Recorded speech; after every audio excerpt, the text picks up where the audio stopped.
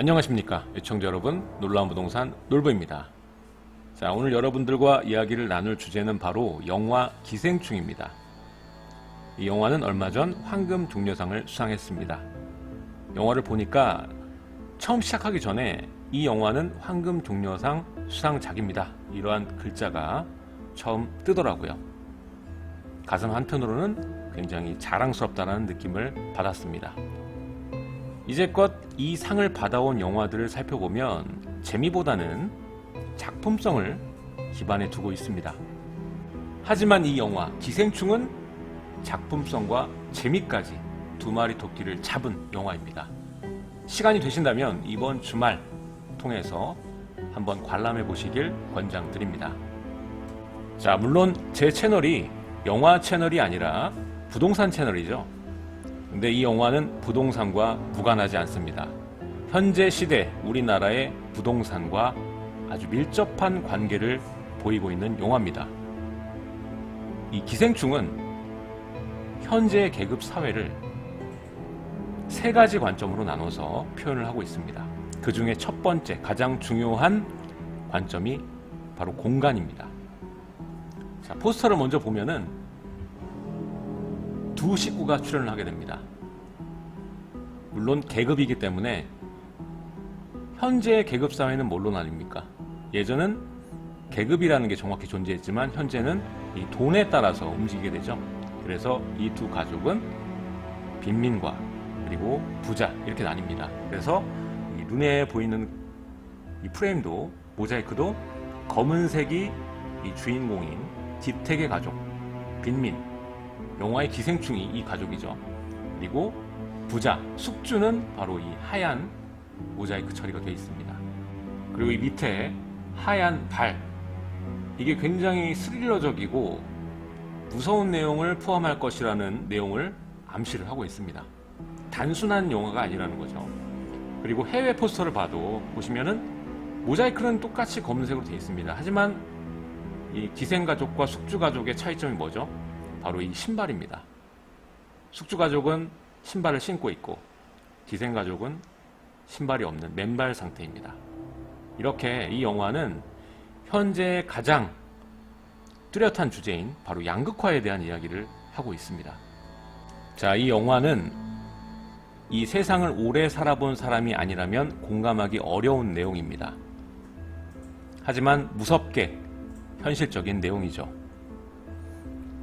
이 영화를 보고 굉장히 불편했다는 사람도 굉장히 많더라고요. 그리고 양쪽 측면의 입장에 서서 이 영화를 얘기하는 분도 많습니다. 빈민의 입장, 부자의 입장, 이렇게 얘기를 나누시는 거죠. 이 영화는 많은 의미를 내포하고 있습니다. 따라서 여러분들이 보러 가셨을 때도 여러 가지 생각들이 나올 것이라는 생각이 듭니다. 영화를 보시러 가기 전에 꼭 아셔야 되는 점은 옷을 벗지 않았는데도 불구하고 굉장히 선정적인 장면이 나오거든요. 그 부분. 그리고 두 번째로는 생각보다 잔인한 장면이 있습니다. 그래서 이 두 가지를 인지하시고 보러 가실 때 유의하시면 좋을 것 같습니다. 자, 먼저 영화가 시작하면 이 기택의 가족, 그러니까 송강호 가족에 대한 이야기가 먼저 나옵니다. 이 가족이 빈민이고 기생충이다 라는 내용을 관객들에게 어필하는 거죠. 자, 그 모습을 어떠한 도구로 어필을 하냐면 첫 번째, 이 변기, 이 사진이 굉장히 중요한 함축적인 의미를 가지고 있거든요. 일단은 화장실, 욕실 바닥보다 높게 놓여진 이 욕조와 작은 창문, 그리고 이 아들과 딸이 핸드폰을 들고 와이파이 신호를 잡고 있죠. 남이 쓰는 와이파이 신호를 기생하고 있는 것입니다. 또 이러한 이 습기가 많은 지역에서 거주를 해보신 경험이 있는 분들은 알겠지만 이 곱등이 존재에 대해서 잘 모르시는 분도 많을 것 같은데 이러한 곳에 살아보신 분은 아실 거예요. 이 곱등이가 중간에 또 나옵니다. 이 영화에 특별한 의미가 담긴 키워드는 총 3개입니다. 이 키워드를 인지하시고 영화를 보시면 더욱 재밌게 보실 수 있을 겁니다. 자, 첫 번째 키워드는 바로 이 공간입니다. 이 영화를 자세히 보면은 이동하는 범주가 그렇게 크지 않아요. 집 중심으로 나옵니다. 자, 우리나라 대한민국은 어떤 나라입니까? 집이 굉장히 중요한, 이 공간이 중요한 나라죠. 실제로 서민의 대부분은 자산이라고 해봐야 집 한 채가 전부인 분이 대다수입니다. 따라서 이 영화는 아주 영리하게 공간을 활용해서 계급을 나누고 있습니다. 자, 먼저 상류층은 높은 집안에 있는 대저택을 선택을 했습니다. 사진에 보이는 이 저택은 바로 성북동에 위치한 저택입니다. 자, 이렇게 평창동이나 이 성북동 그리고 우이동 이런 지역에 이런 고급 주택지들이 몰려 있죠. 자, 사진을 보면 알 수 있듯이 담 자체가 굉장히 높죠. 예전에 부자들은 자신네들의 이 프라이버시를 중요시했기 때문에 이러한 형태가 유행이었습니다. 하지만 현재 이르러서 이 부자들도 자녀들로 세대가 바뀌고 교통이나 상업, 문화적인 측면에서 모두 이런 지역들이 뒤로 밀리기 때문에 요즘에는 대거 이 부자들의 자녀분들이 한남동 일대나 이 강남 일대로 이동을 했습니다. 따라서 이번에 이 아파트들 가격 대상승, 집가도 많이 올랐거든요. 이 시기에 오히려 이 평창동이나 우이동, 성북동 같은 경우에는 거의 제자리 수준에 머물렀습니다. 계속적으로 수요가 들어오고 새로 지어지고 이러한 행위가 반복이 돼야 되는데 어느 순간부터 이게 멈췄어요. 그래서 이 지역의 매물들 보시면은 굉장히 노후도가 심합니다. 건물 디자인이나 인테리어 또한 올드하고, 그래서 거래도 잘 활발하게 이루어지지 않는 편이고요. 그래서 점점 쇠퇴하는 모양새를 가져가고 있거든요. 물론 이 내용이 영화와는 관계가 없습니다. 직업병이다 보니까 여러분들께 이야기를 해드린 것이고, 아무튼 이 영화에서는 이 성북동의 높은 대저택을 부자의 이미지로 표현했습니다. 자, 이와는 대비되는 송강호의 가족이 사는 주택가입니다. 자, 사진을 보시면은 중간에 축대가 있죠. 이 계단이 있고 차도 왔다 갔다 하기 힘든 그런 정비 사업이 필요한 동네입니다. 맞습니다. 이 동네는 세입자는 빈민일지 몰라도 주인은 절대 빈민이 아닙니다. 자, 환일 1길이라고 써있죠. 바로 이 지역이 어디냐? 바로 아현 1구역입니다. 지금 다시 추진한다고 이야기 나오는 동네죠. 장소 선정이 아주 기가 막힌 것 같아요. 여기가 또 반지하가 그렇게 많거든요. 반지하가 많을 수밖에 없는 이유가 있습니다. 바로 이 지역에 이 집안이 평지가 아니라 기울기가 있다 보니까 당연히 이 높이 차이로 인해서 이 반지하 물건이 생길 수밖에 없는 구조거든요. 겉으로 봤을 땐 1층인데 대장을 띄워보면 지하로 나오는 물건이 굉장히 많습니다. 자, 이렇게 영화는 영리하게 공간을 활용해서 상류층을 지상의 꼭대기, 성북동 꼭대기, 그리고 이 하류층을 반지하, 거기도 재개발이 필요한 이런 정비 사업이 필요한 곳으로 담아냈습니다. 이렇게 극적으로 상류층과 하류층을 나누다 보니까 영화를 보시다가 굉장히 심적으로 불편하실 수도 있어요. 저도 그렇게 유쾌하게 느껴지진 않더라고요. 실제로 영화 중간에 보면은 이 상류층의 저택에 이 송강호의 가족이 기생하는 구조로 영화가 전개가 되는데 한번 피신할 일이 생겨요. 그래서 본인의 이 반지하 집으로 오는 과정이 시간이 정말 길게 느끼게끔 관객들이 엄청난 차이구나 느끼게끔 계속 계단을 내려갑니다. 실제로 우리네 삶은 이 수많은 계단보다 더 큰 계급 차이가 있는 것 같아서 씁쓸한 기분마저 들었습니다. 자, 두 번째 키워드는 바로 냄새입니다. 자, 냄새라는 것은 우리가 가족이라도 절대로 용서가 안 되는 부분이죠.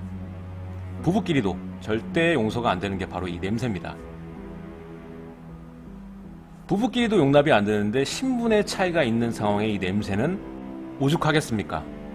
영화에서 표현한 냄새는 우리가 흔히 생각하는 이 악취의 종류가 아니라 특유의 냄새, 바로 이 신분의 냄새라는 것을 표현해냅니다. 우리가 살면서 알고는 있지만 절대 이야기할 수 없는 그런 냄새.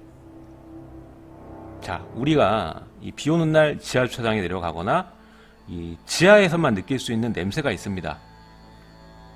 물론 이 반지하 집에서도 이러한 냄새가 나겠죠. 그래서 이 반지하에 사는 송강호의 식구는 네 가족 모두 이 냄새를 가지고 살게 됩니다. 영화에서는 앞서 말씀드린 공간과 더불어서 이 냄새라는 도구를 아주 영리하게 사용합니다. 신분을 나누는 도구로도 쓰이고요. 이 영화의 파격적인 결말을 만들어내는 수단이 됩니다. 자, 이 포스터를 보고 무서워하시는 분들이 있더라고요. 뒤에 이 송강호가 숨어 있는 것처럼, 죽이려고 숨어 있는 것처럼 보이긴 하는데, 그것이 아니라 이 송강호의 가족들이 이 대저택 상류층에 기생하는 첫 번째 숙주가 바로 이 조여정이라는 배우입니다. 극 중에서 이 조여정 배우가 맡은 캐릭터는 굉장히 낙천적이면서 사람을 잘 믿는 약간 허술한 그런 캐릭터로 표현이 됩니다. 그러니까 상류층이라고 해서 모두 철두철미하고 냉철하며 뭐 이런 것이 아니라 사람이라는 거죠. 상류층에도. 이제껏 우리는 돈은 나쁜 것, 부자는 나쁜 사람, 악인, 이러한 이미지가 머리에 고정관념처럼 박혀 있습니다. 돈을 나쁘다고 표현하죠. 그런데 이 영화에서는 그것이 고정관념일 뿐이다 라는 것을 보여주려는 의도 같습니다. 자, 이와는 반대로 우리는 돈이 없는 사람은 약자고 착하다, 이러한 이미지가 고정관념처럼 머리에 박혀 있습니다. 하지만 이 영화에서는 이것도 신랄하게 꼬집습니다. 고정관념일 뿐이라고. 이 하류층인 송강호 아들이 서류를 위조하면서까지 이 대저택에 들어와 채용이 되고, 그리고 집안에 있는 운전기사와 가정부를 극단적인 방법을 취해서 쫓아내고 자기네 가족으로 채우는 이기심을 보여줌으로써 하류층도 얼마든지 악랄할 수 있고 악인이 될 수 있다는 것을 보여줍니다. 기생충은 숙주에게 최대한 걸리지 않으면서 오랫동안 영양분을 야금야금 들키지 않게끔만 먹어가면서 살아가는 것이 숙명입니다. 이 영화는 초반에는 이 블랙 코미디로 재미있게 흘러가다가 어느 시점부터는 서스펜스로 바뀝니다. 그 장치가 바로 이 냄새입니다. 냄새 때문에 걸릴 뻔한 위기감을 몇 번이고 선사를 하는 거죠. 뿐만 아니라 이 냄새는 송강호의 이 하층민에 대한 자격지심을 표현해내면서 비극적인 결말의 복선으로도 사용이 됩니다. 자, 세 번째 키워드는 바로 선입니다. 착하다 할 때 선이 아니라 너와 내가 지켜야 될 선, 바로 라인이죠. 극 중에서는 이 선이라는 단어를 꽤나 자주 등장시킵니다.